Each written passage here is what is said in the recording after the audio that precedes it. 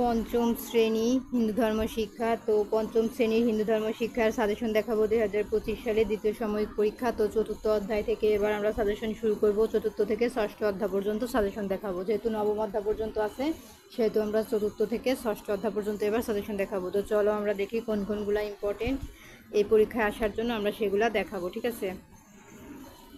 তো চলো আমরা ভিডিওটি শুরু করি।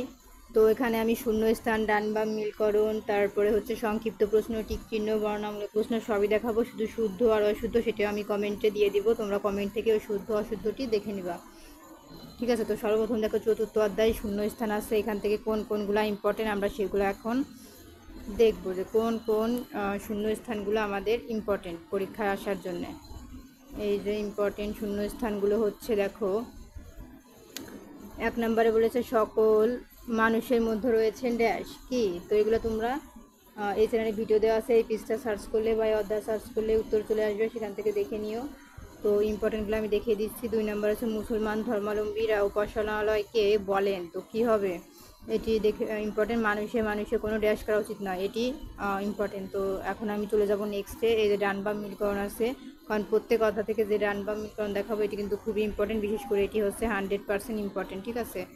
তো এটা তোমরা কমপ্লিট করবা। তারপরে আমরা টিক চিহ্নতে চলে যাব। এখানে টিক চিহ্ন 1 নম্বরটি ইম্পর্টেন্ট, মানুষে মানুষে মিলের একটি সূত্র হলো। তারপরে হচ্ছে পার্থকে কে উপদেশ দিয়েছিলেন, এটি ইম্পর্টেন্ট। তারপরে চলো আমরা নেক্সটে চলে যাই। এই যে নেক্সটে ইম্পর্টেন্ট হচ্ছে সাধনার পথ, তো এটি ইম্পর্টেন্ট। হ্যাঁ, তো এখন আমরা নেক্সটে দেখবো সংক্ষিপ্ত প্রশ্ন কোনগুলো ইম্পর্টেন্ট। সংক্ষিপ্ত প্রশ্নের মধ্যে ইম্পর্টেন্ট হচ্ছে পৃথিবীতে প্রচলিত 4টি প্রধান ধর্মের নাম কি।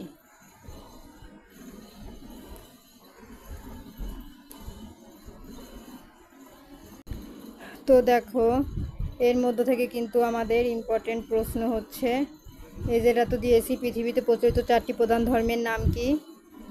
তারপর আরও একটি ইম্পর্টেন্ট হচ্ছে যে আমাকে যেভাবে উপাসনা করে আমি তাকে সেভাবেই সন্তুষ্ট করি, এই কথাটির ব্যাখ্যা, এই কথাটি কে এবং কাকে বলেছে, যেটি ইম্পর্টেন্ট। আর একটা হচ্ছে ধর্মীয় সাম্য রক্ষা করে চললে কি প্রতিষ্ঠিত হবে। তো এই তিনটি হচ্ছে ওটা থেকে ইম্পর্টেন্ট। এবং বর্ণনামূলক প্রশ্নের মধ্য থেকে যেগুলো ইম্পর্টেন্ট সেগুলো হচ্ছে 1 সকল ধর্মের মূল কথা কি, আর হচ্ছে ধর্মীয় সাম্য রক্ষার প্রয়োজনীয়তা কি, আর 5 নম্বর সাধনার পথ বহু কিন্তু ঈশ্বর এক, কথাটি বুঝিয়ে লেখো। এই তিনটি ইম্পর্টেন্ট।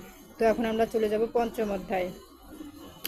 তো পঞ্চম অধ্যায় আছে কি, দেখো পঞ্চম অধ্যায় এখানে আছে শিষ্টাচার ও পরমত সহিংসতা। তো ওই শিষ্টাচার কি, এই যে এখানে দেখো লেখা আছে শিষ্টাচার, তো শিষ্টাচার কি দিলে একটা প্রশ্ন হয়ে যাচ্ছে, এর মধ্যে থেকে তোমরা কিন্তু রিডিং করলে অ্যান্সারগুলো পেয়ে যাবা। তো চলো আমরা নেক্সটে চলে যাই। এখানে কি কি ইম্পর্টেন্ট আছে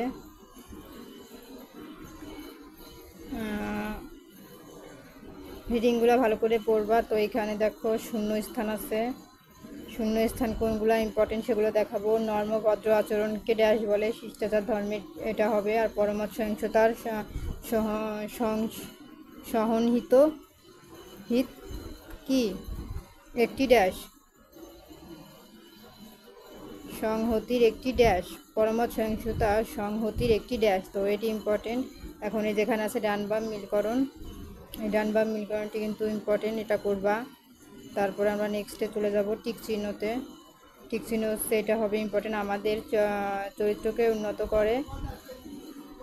ভগবান শ্রীকৃষ্ণ কার প্রতি শিষ্টাচার প্রদর্শন করেছিলেন, এটি ইম্পর্টেন্ট। তারপর হচ্ছে দাপর যুগে অত্যাচারী হয়ে উঠেছিলেন কে। তো এই তিনটি তোমরা করবা।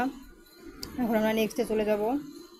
দেখো নেক্সটে কোনগুলো ইম্পর্টেন্ট, এই যে নারদকে বলা হয়, তো এটি ইম্পর্টেন্ট। তারপরে চলে যাবো আমরা সংক্ষিপ্ত প্রশ্ন। এখানে সংক্ষিপ্ত প্রশ্ন আমাদের কোনগুলো ইম্পর্টেন্ট বলো, আমরা সেগুলো দেখাবো। শিষ্টাচার কাকে বলে, শিষ্টাচার প্রদর্শন করলে সমাজ কেমন হবে, নারদকে দেখে শ্রীকৃষ্ণ দাঁড়ালেন কেন, পরমত সহিংসতা কাকে বলে, এগুলো ইম্পর্টেন্ট। এখন আমরা গণনামূলক প্রশ্ন দেখব কোনগুলো ইম্পর্টেন্ট। শিষ্টাচারের সঙ্গে ধর্মের সম্পর্ক ব্যাখ্যা করো। একটা হচ্ছে পরমত সহিংসতার গুরুত্ব ব্যাখ্যা করো। তারপরে দেবশ্রী নারদ যখন শ্রীকৃষ্ণের নিকট এলেন তখন শ্রীকৃষ্ণ কীভাবে শিষ্টাচার প্রদর্শন করেছিলেন, তো এগুলো ইম্পর্টেন্ট। তারপরে আমরা নেক্সটে চলে যাব। ষষ্ঠ অধ্যায় আমাদের লাস্ট অধ্যায়। এই যে ষষ্ঠ অধ্যায় অহিংসা ও পরোপকার। তো এখানে অহিংসা কি এটা দিলে কিন্তু একটা প্রশ্ন হয়ে যায়, তোমরা এই রিডিংটা পড়লে অহিংসা কি বুঝে যাবা, এগুলো কিন্তু পড়বা, এখান থেকে কিন্তু তোমাদের প্রশ্ন আসে, ঠিক আছে। তো আমরা নেক্সটে এই দেখো এখানে আছে বশিষ্ঠের অহিংসা ধর্ম কি, এখানে কি দিলে একটা প্রশ্ন হয়ে যাচ্ছে, রিডিংটা পড়লে তোমরা অ্যান্সার পেয়ে যাবে, এইখান থেকে কিন্তু অনেক প্রশ্ন করে, ঠিক আছে। তারপরে যে পরোপকার কি, এখানে একটা কি দিয়ে দিলে কিন্তু একটা প্রশ্ন হয়ে যাচ্ছে, ঠিক আছে। তো তোমরা এগুলো পড়বা রিডিংটা, কারণ এখান থেকে অনেক প্রশ্ন, শূন্য স্থান বা টিক চিহ্ন অনেক কিছু কিন্তু তোমাদের দিয়ে দেয়, ঠিক আছে। তো আমরা চলে যাব নেক্সটে। এই যে আমাদের এখানে দেখো দিয়ে দিয়েছে শূন্য স্থান এই অধ্যায় থেকে। তো এই অধ্যায় থেকে শূন্য স্থান কোনগুলো ইম্পর্টেন্ট, ড্যাশ ব্যক্তি সবসময় সকলের মঙ্গল কামনা করেন। তারপরে বশিষ্ঠের আশীর্বাদে বিশ্বামিত্র ড্যাশ হয়েছিলেন। পাণ্ডবেরা ব্রাহ্মণকে ড্যাশ নগরে বাস করতেন, ঠিক আছে। পাণ্ডবদের মধ্যে ড্যাশ ছিলেন খুব শক্তিশালী, এটা ইম্পর্টেন্ট। আর এই যে ডান বাম মিলকরণ আছে, কারণ আমি মাত্র 3টি অধ্যায় থেকে তোমাদের সাজেশন দেখাবো, এই 3টি ডান বাম মিলকরণই তোমাদের করতে হবে। তারপরে এখন আমরা চলে যাব টিক চিহ্নতে। টিক চিহ্ন কোনগুলো ইম্পর্টেন্ট, এই যে দেখো বশিষ্ঠ কোন শ্রেণীর ঋষি ছিলেন, এটি ইম্পর্টেন্ট। তারপরে দেখো এখানে আসছে বিশ্বামিত্র জাতিতে কি ছিলেন। তারপরে ভীমের কথা বলতে কে নিষেধ করেছিলেন, আর রাক্ষসকে মারতে কে এগিয়েছিলেন, ঠিক আছে। এই কয়টাই তোমরা পড়বা অধ্যায় থেকে ইম্পর্টেন্ট। এখন আমরা চলে যাব সংক্ষিপ্ত প্রশ্নে। তারপরে বর্ণনামূলক প্রশ্ন দেখাবো কোনগুলো ইম্পর্টেন্ট। অহিংসা কি, যেহেতু অধ্যায়ের নাম অহিংসা, তো এইরকম অধ্যায়ের নাম অনুসারেই কিন্তু তোমাদের প্রশ্ন হবে, তো এটা ইম্পর্টেন্ট। তারপরে হচ্ছে কামধেনু কাকে বলে, পাণ্ডবেরা বেঁচে গিয়ে কোথায় বাস করতেন, ঠিক আছে। আর হচ্ছে ভীম রাক্ষসটাকে কিভাবে মেরেছিল, এগুলো ইম্পর্টেন্ট। তারপরে আমরা দেখব এইখান থেকে দেখো বর্ণনামূলক প্রশ্ন আছে 5টি, আমরা 5টি প্রশ্নের মধ্যে থেকে দেখব কোনগুলো আমাদের জন্য ইম্পর্টেন্ট। দেখো এখানে 1 নম্বরে বলেছে অহিংসা কাকে বলে বুঝিয়ে লেখো।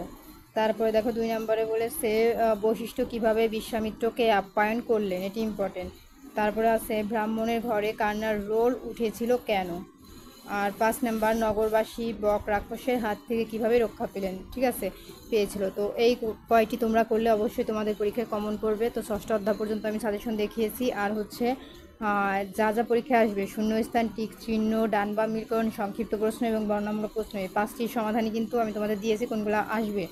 আর আরেকটি হচ্ছে আসবে, সেটা হচ্ছে শুদ্ধ আর অশুদ্ধ। তো ওই শুদ্ধ অশুদ্ধটি আমি বইয়ে দেওয়া নাই, সেই জন্য আমি বই থেকে দেখাতে পারবো না, আমি সরাসরি তোমাদের কমেন্ট বক্সে দিয়ে দিব পিন করে, যে শুদ্ধ অশুদ্ধ কোনটি আসবে। তোমরা ওই শুদ্ধ অশুদ্ধটি কমেন্ট বক্স থেকে দেখে পড়ে নিবা, কোনটা শুদ্ধ আমি উত্তরও দিয়ে দেবো, কোনটা অশুদ্ধ সেটার উত্তর দিয়ে দেবো। তো আজকের মতো এই পর্যন্ত। দ্বিতীয় সাজেশন দেখার জন্য অবশ্যই সাবস্ক্রাইব মাই চ্যানেল, আর যদি কোনোটা বুঝতে অসুবিধা হয় তাহলে সেটাও কমেন্টে জানাবে।